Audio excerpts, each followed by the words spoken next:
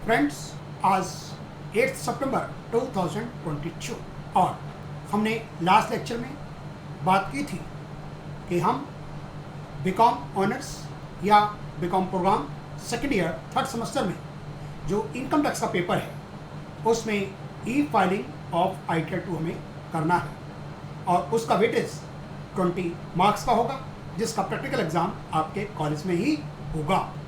हम ई फाइलिंग के जो हम केसेस लेंगे वो लेंगे डॉक्टर VK सिंघानिया की जो बुक है 67th एडिशन 2022 अगस्त मंथ का, और उसमें आपको 14 केसेस मिलेंगे ITR 2 पर।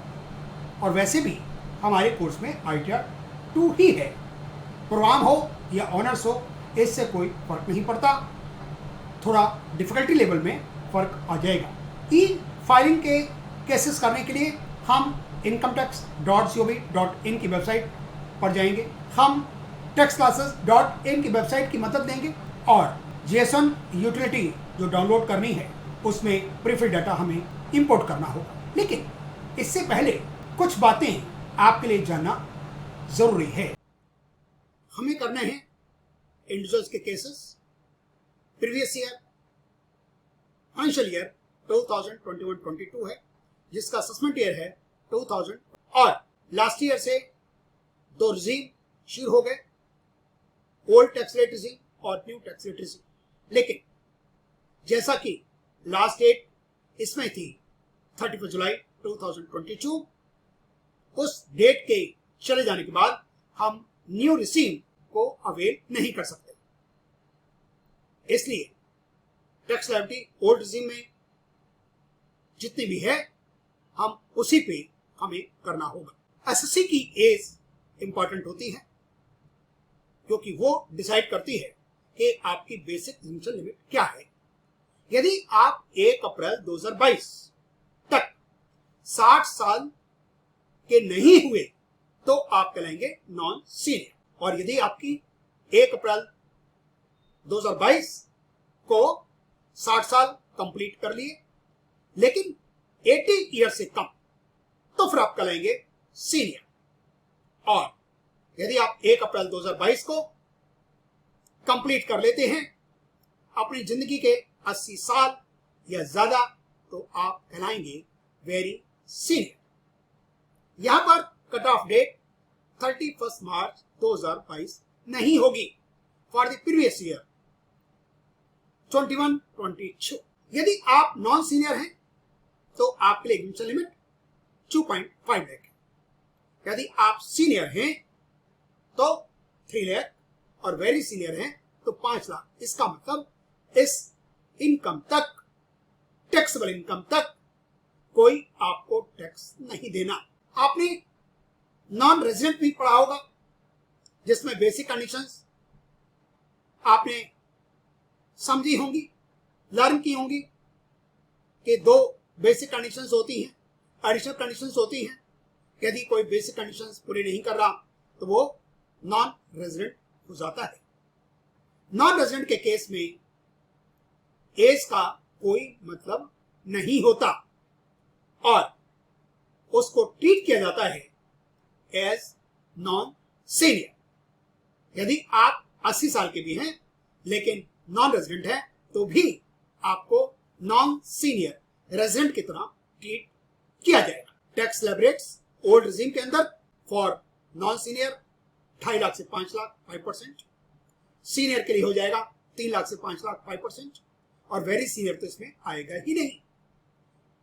नेक्स्ट स्लैब है 5 लाख से 10 लाख 20%। हमारे यहाँ टैक्स रेट्स प्रोग्रेसिव हैं, प्रपोर्शनेट नहीं है, GST की तरह नहीं है कि सबके लिए एक ही तरह का रेट लगे, गरीब हो अमीर हो।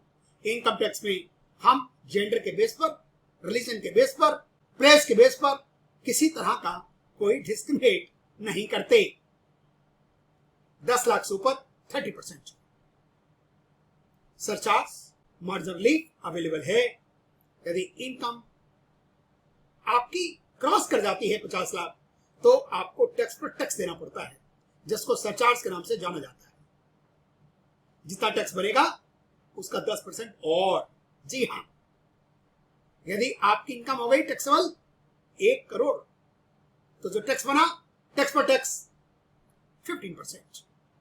यदि 2 करोड़ से ऊपर तो 25%, 5 करोड़ से ऊपर 37%। लेकिन सरचार्ज आपकी इनकम 1 करोड़ से ऊपर है तो 15% लगेगा। Dividend, short term capital gain, ये आप सीखेंगे बाद में। Long term capital gain 112A वाला, उस पर लगेगा। इसके बाद टैक्स और सरचार्ज को मिला लीजिए, उस पर फिर निकालेंगे हेल्थ एजुकेशन सेस जो कि 4% है। हाँ, यदि आपकी taxable income, total income 5 lakh तक है तो आपकी टैक्स लायबिलिटी 12,500 मैक्सिमम से रिड्यूस हो सकती है। इसको कहते हैं सेक्शन 87A। लेकिन ये सेक्शन की रिबेट नॉन रेजिडेंट को नहीं मिलती। ये न्यू टैक्स रेट रिजीम है। हमें ई फाइलिंग में तो काम नहीं आएगा, लेकिन आपको नॉलेज इसकी होनी चाहिए। एडमिशन लिमिट यहां पर सभी के लिए 2.5 लाख है, कोई भी एज हो। सरचार्ज उसी तरीके से लगेगा 10, 15, 25, 37। हेल्थ एजुकेशन उसी तरीके से लगेगा। रिबेट भी आपको मिलेगी 87A वाली, और वो मिलेगी सिर्फ रेजिडेंट। और जब आपको नए टैक्स रेट रिजीम चूज करने हैं तो कुछ तो सेक्रीफाइस करना होगा।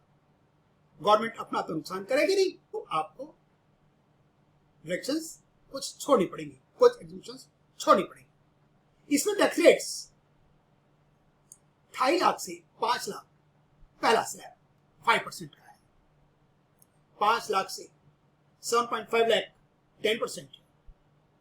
7.5 लाख से ऊपर 10 लाख तक 15 है। 10 लाख से ऊपर 12.5 लाख तक 20 है। 12.5 लाख से ज्यादा 15 लाख तक इट इज 25%, और उससे ऊपर 30%।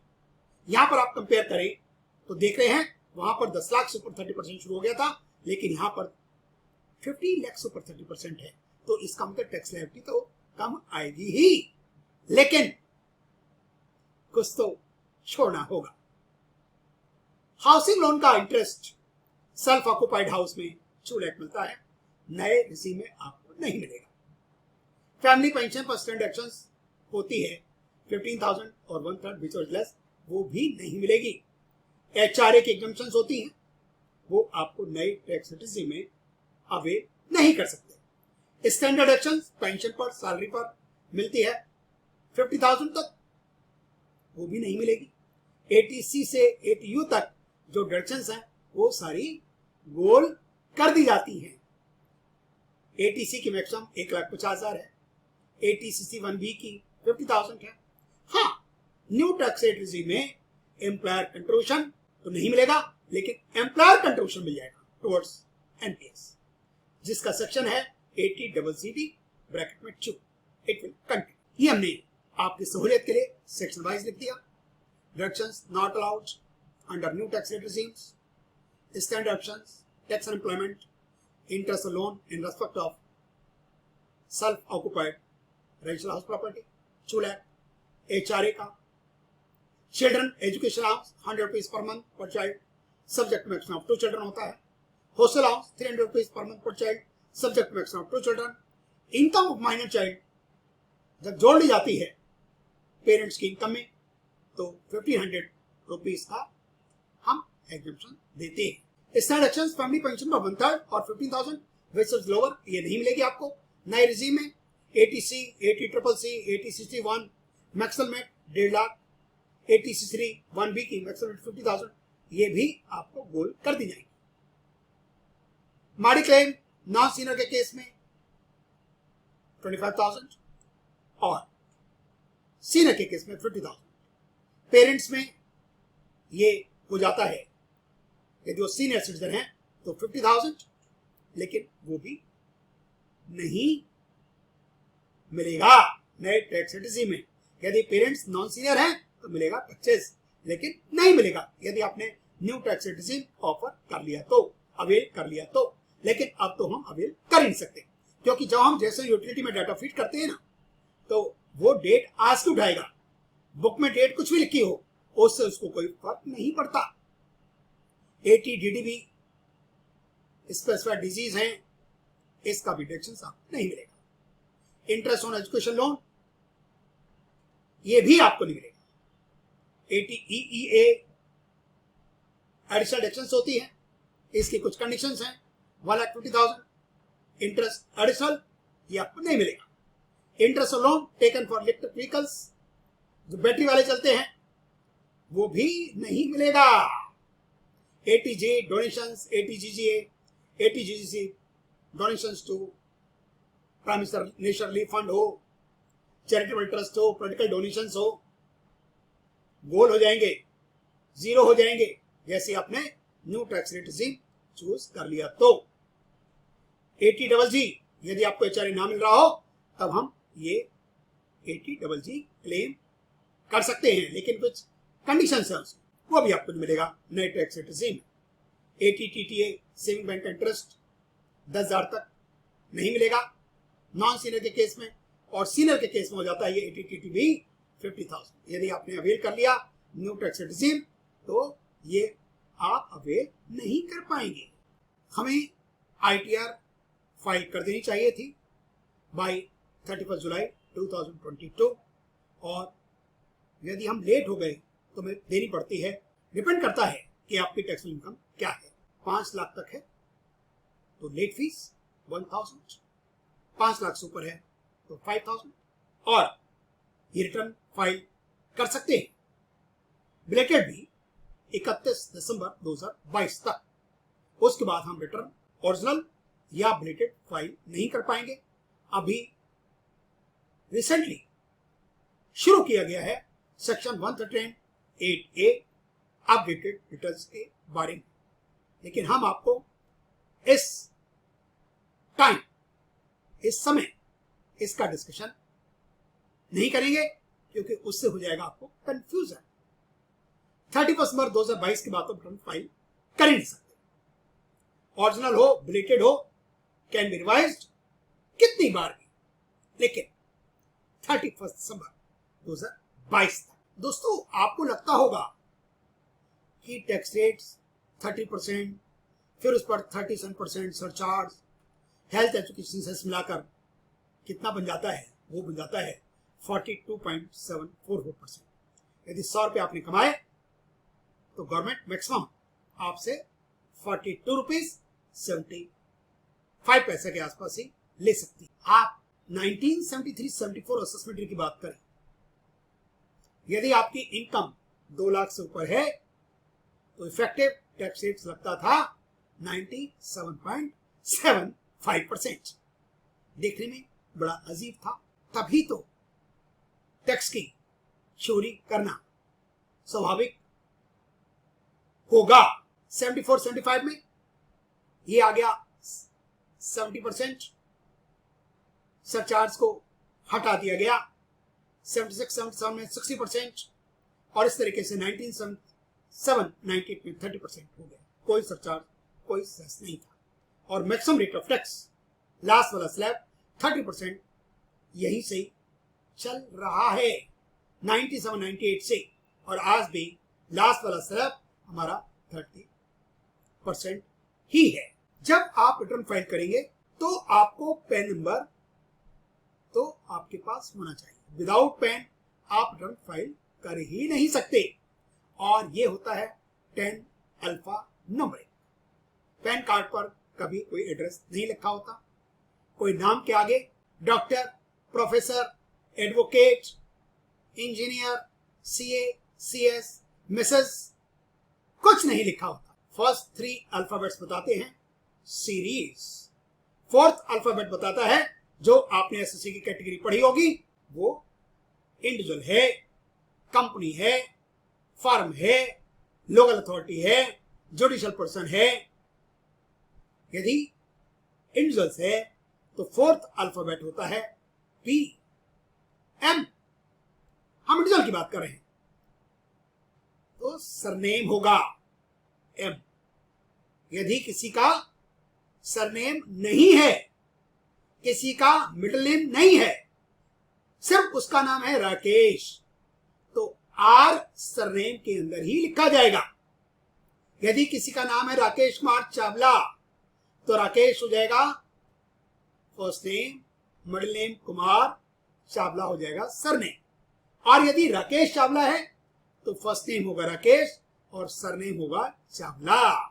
नेक्स्ट 4 न्यूमेरिकल्स हैं और लास्ट में कार्ड पर, पैन कार्ड पर आपको नेम मिलेगा, फादर्स नेम मिलेंगे, डेट ऑफ बर्थ मिलेगी, फोटो मिलेगी और मिलेंगे सिग्नेचर। ये जो आप टॉप पर AHHPM 8993N देख रहे हैं, ये हमारे प्रधानमंत्री मोदी जी का है। तभी यहां पर M जो है वो 5th है अल्फाबेट। मनमोहन सिंह जी के टाइम से ये न्यू सीरीज शुरू हुई थी। उनका है AAA series, P for individual, S for Singh, Manmohan Singh. तो इनका फर्स्ट नेम हो गया मनमोहन और सरनेम हो गया सिंह। 0001R।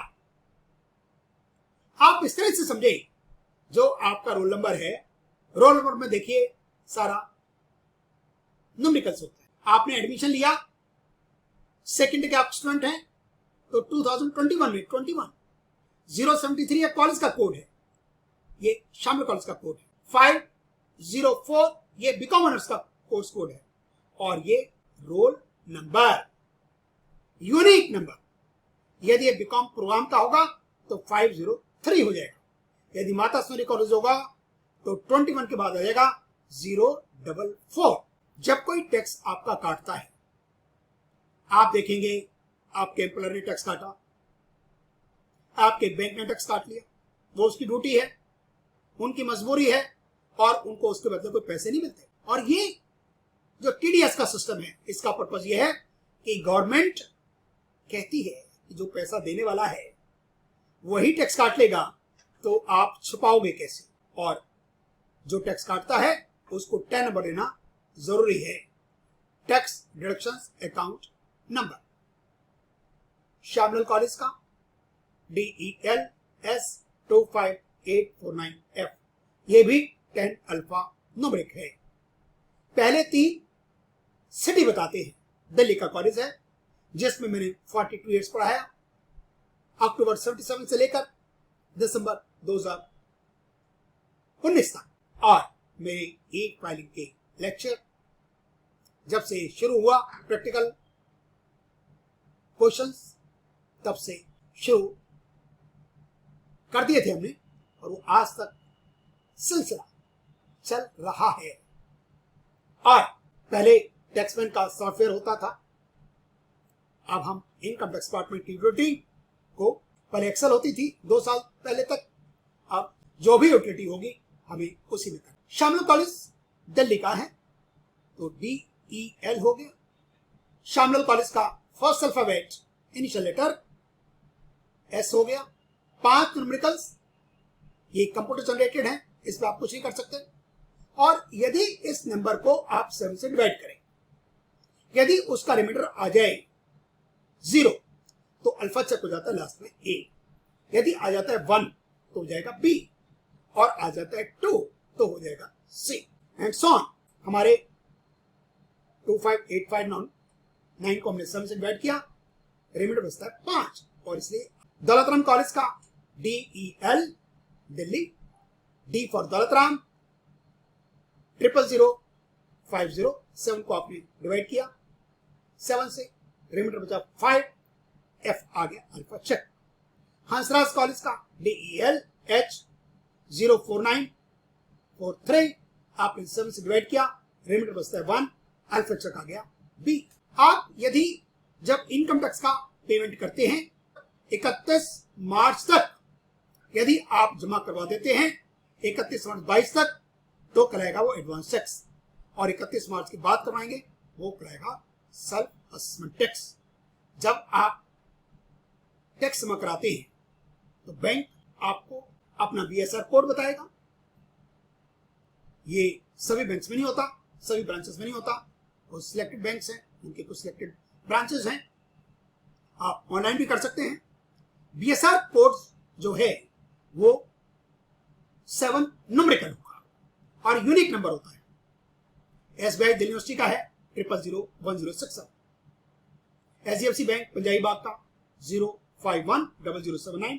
यदि आप नेट बैंकिंग से करते हैं HDFC का तो फिर आपको BSR कोड मिलेगा 0510308। ICICI bank new Bihar phase 1 6390311।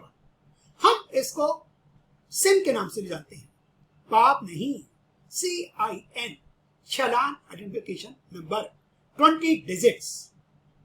BSR के न्यूमेरिकल्स 7 है, डेट और चालान नंबर। जब हम केसेस करेंगे जिसमें डोनेशन होगा तो हमें वहां पर शेड्यूल में पैन नंबर लिखना होता है जिसको हमने डोनेट किया। प्राइम मिनिस्टर केयर फंड का है AAETP 3993P। ये सब कुछ आपको याद करने की जरूरत नहीं है, ये आपको क्वेश्चंस में दिया होगा। Prime minister national relief fund का डिफरेंट है AACTP 4367। क्यों? आप देख रहे हैं यहाँ पर series AAC, T for trust, P for prime minister का P 4367 क्यों है? जब हम पॉलिटिकल पार्टीज को डोनेशन देते हैं तो उसमें कोई एड्रेस लिखने की जरूरत नहीं पड़ती, कोई पैन नंबर लिखने की जरूरत नहीं पड़ती, कोई उसके लिमिट नहीं है। वैसे आप डोनेशन देखेंगे तो उसमें लिमिट्स हैं 100%, without qualifying limit, with qualifying limit, 50% with qualifying, without qualifying. हमें रिलेटिव से कोई पैसा मिलता है जिसमें डेफिनेशंस में स्पाउस रिलेटिव है,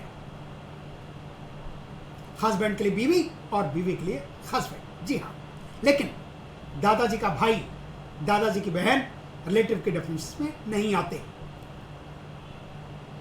बीवी का पहले वाला शोहर नहीं आएगा, रिलेटिव वो नहीं है। आपको अपने बच्चों से पैसा मिले, बच्चों के बच्चों से मिले, पेरेंट्स से मिले, ग्रैंड पेरेंट्स से मिले, ब्रदर से, सिस्टर से या पेरेंट्स के ब्रदर सिस्टर से, तो वो कोई टैक्स आप पर नहीं लगेगा। और उसी तरीके से स्पाउस से मिले, स्पाउस के पेरेंट्स से मिले, साला साली से मिले, स्पाउस के ब्रदर सिस्टर से मिले, स्पाउस के ग्रैंड पेरेंट्स से मिले, तो आपके इनकम में टैक्सेबल नहीं होता। मैरिज के ओकेजन पर जो मिलता है उस पर कोई टैक्स नहीं लगता। बर्थडे पर यदि कोई गिफ्ट मिलेगा तो वो टैक्सेबल होगा, एनिवर्सरी पर मिलेगा वो टैक्सेबल होगा। हाँ, यदि आपका अमाउंट और गिफ्ट फ्रॉम ऑल पर्सन्स 50,000 को एक्सीड नहीं करता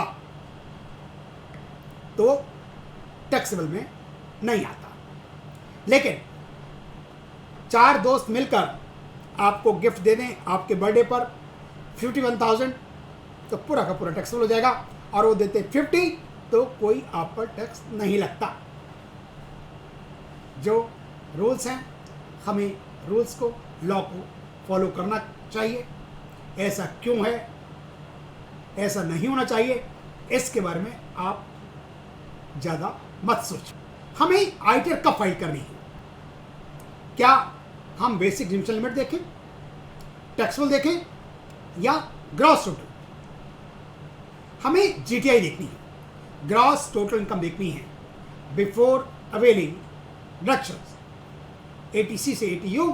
यदि वो आपके इनकम लिमिट 2.5 लाख, 3 लाख, 5 लाख को क्रॉस कर जाती है, जैसा भी आपका केस हो, non senior, senior, very senior, तो फिर आपको रिटर्न भरनी है। लेकिन कई केसेस में आपको मिलेगा कि आपकी इनकम नहीं है, आपका बिजली का बिल 1 लाख से ज़्यादा हो गया, आपने फॉरवर्ड ट्रैवल एक्सपेंडिचर कर दिया 2 लाख, आपने लिया किसी और के लिए या उससे ज़्यादा, आपकी इनकम कुछ भी हो, आपको ITR फाइल करना मैंडेटरी होगा। कुछ और भी प्रोविजंस हैं, या जब हम आपको करवाएंगे यूटिलिटी तब आपको देखने को मिलेगा। 31 जुलाई 2022 लास्ट डेट थी टू फाइल द रिटर्न। अब हमें फॉर्म चूज कर रहे होते हैं। आईटीआर 1, 2, 3, 4, 5, 6, 7 तक है। आईटीआर 1 से लेकर आईटीआर 4 ये आपके इंडिविजुअल्स के लिए हैं। आईटीआर 5 फर्म का है, जो हम नेक्स्ट सेमेस्टर में करेंगे ऑप्शनल पेपर में। 6 कॉर्पोरेट का है, 7 ट्रस्ट का है। आईटीआर 1 के कुछ लिमिटेशंस हैं, वो उसको हम सैस के नाम से भी जानते हैं। अब पहले एक्सेल यूटिलिटी होती थी, अब जेएसओन यूटिलिटी आ गई है। एक्सेल इंट्रोड्यूस तो ही है, लेकिन एक्सेल से हमें काम नहीं चलेगा, क्योंकि इसमें प्रीफिल्ड जेएसओन तो डालनी पड़ेगी। आउटपुट फाइल हमें मिलेगी जेएसओन में। ऑनलाइन फैसिलिटी जेएसओन की तो है, लेकिन ऑफलाइन नहीं है। तो सब कुछ चीज़ें मिलाकर नीड ऑफ द आवर देखते हुए हमें जेएसओन पर ही सीखना चाहिए, करना चाहिए। और जेएसओन को आते हुए 2 साल हो गए। असेसमेंट ईयर 21-22 में भी जेएसओन थे और 22-23 में भी। ये जावा का एक एडवांस्ड फॉर्मेट है। वेबसाइट ई फाइलिंग वाली वेबसाइट नहीं है, वो बदल गई। incometax.gov.in incometaxindia.gov.in अलग से वेबसाइट है। टैक्सेबल इनकम आपकी मोर देन 50 लाख हो गई तो आप आईटीआर 1 नहीं फाइल कर पाएंगे। यदि एग्रीकल्चर इनकम 5,000 से ज़्यादा हो गई तो फिर आप आईटीआर 1 नहीं फाइल कर पाएंगे। यदि आपने कोई एसेट्स बेच दी, शेयर बेच दिए, प्रॉपर्टी बेच दी, गोल्ड बेच दिया, तो कैपिटल गेन हो गया, और कैपिटल गेन आईटीआर 1 में है ही नहीं। इसमें यहाँ पर मिलेगा आपको सैलरीज, हाउस प्रॉपर्टी और अदर सोर्सेज। बिजनेस प्रोफेशंस पे नहीं। नो क्लबिंग, स्पाउस की इनकम, माइनर की, सन्स वाइफ की इनकम क्लब हो जाती है, ये आईटीआर 1 में प्रोविजन नहीं है। इनकम फ्रॉम बिजनेस प्रोफेशंस भी आईटीआर 1 में नहीं है, और आईटीआर 2 में भी नहीं है, वो आईटीआर 3 में जाकर आपको मिलेगा। यदि आपने लिस्टेड शेयर में कोई इन्वेस्टमेंट कर ली, इन्वेस्टमेंट, तो आईटीआर 1 नहीं भर पाएंगे। आप किसी कंपनी के डायरेक्टर हैं, तभी आप आईटीआर 1 को इस्तेमाल नहीं कर सकते। इसलिए हमारी यूनिवर्सिटी ने बड़ा सोच समझकर आपको आईटीआर 2 के लिए आपको ट्रेंड किया जा रहा है। आईटीआर 2 सैलरी आपको एम्प्लॉयर का टेनेबल लिखना होगा, जिसकी हमने चर्चा की। यदि उसने टीडीएस काट लिया, वहाँ पर सैलरी की डिटेल्स आपको अलग अलग देनी है।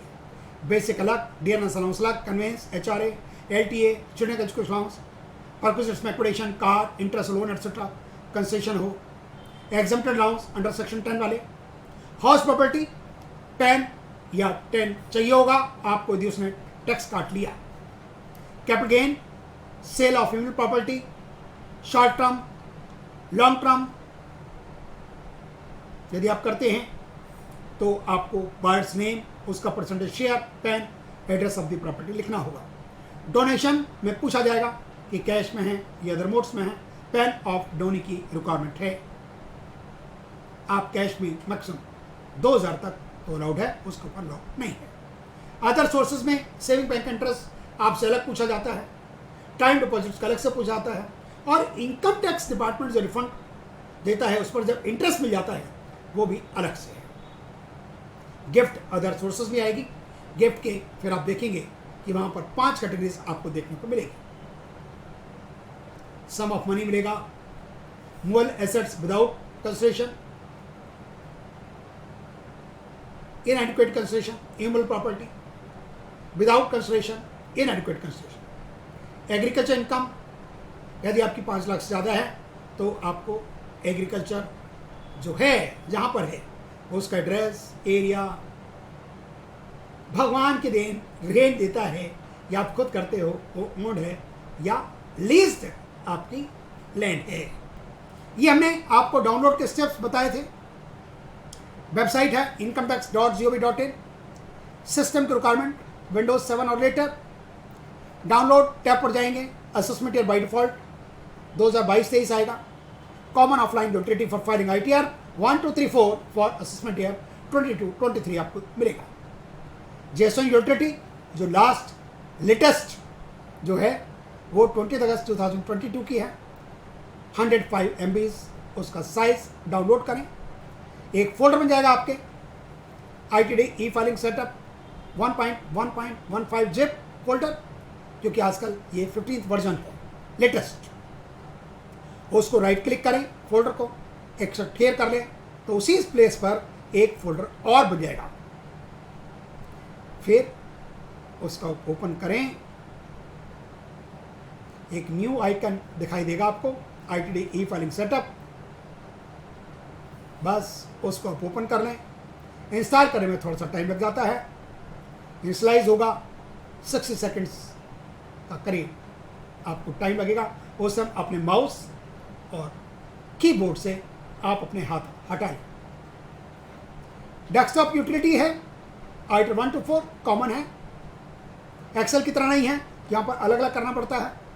Version ITD E filing DO north Delhi university 1.1.15, फिर उसको कर देंगे आप कंटिन्यू। वेरियस फॉर्म्स अवेलेबल हैं यहाँ पर ITR 1 से लेकर ITR 4 तक।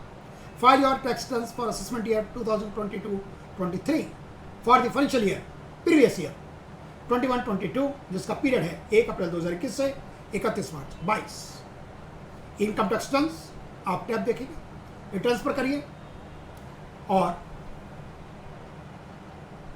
फिर आपको प्लीज सिलेक्ट डाउनलोड और import option to have your preferred data to proceed further.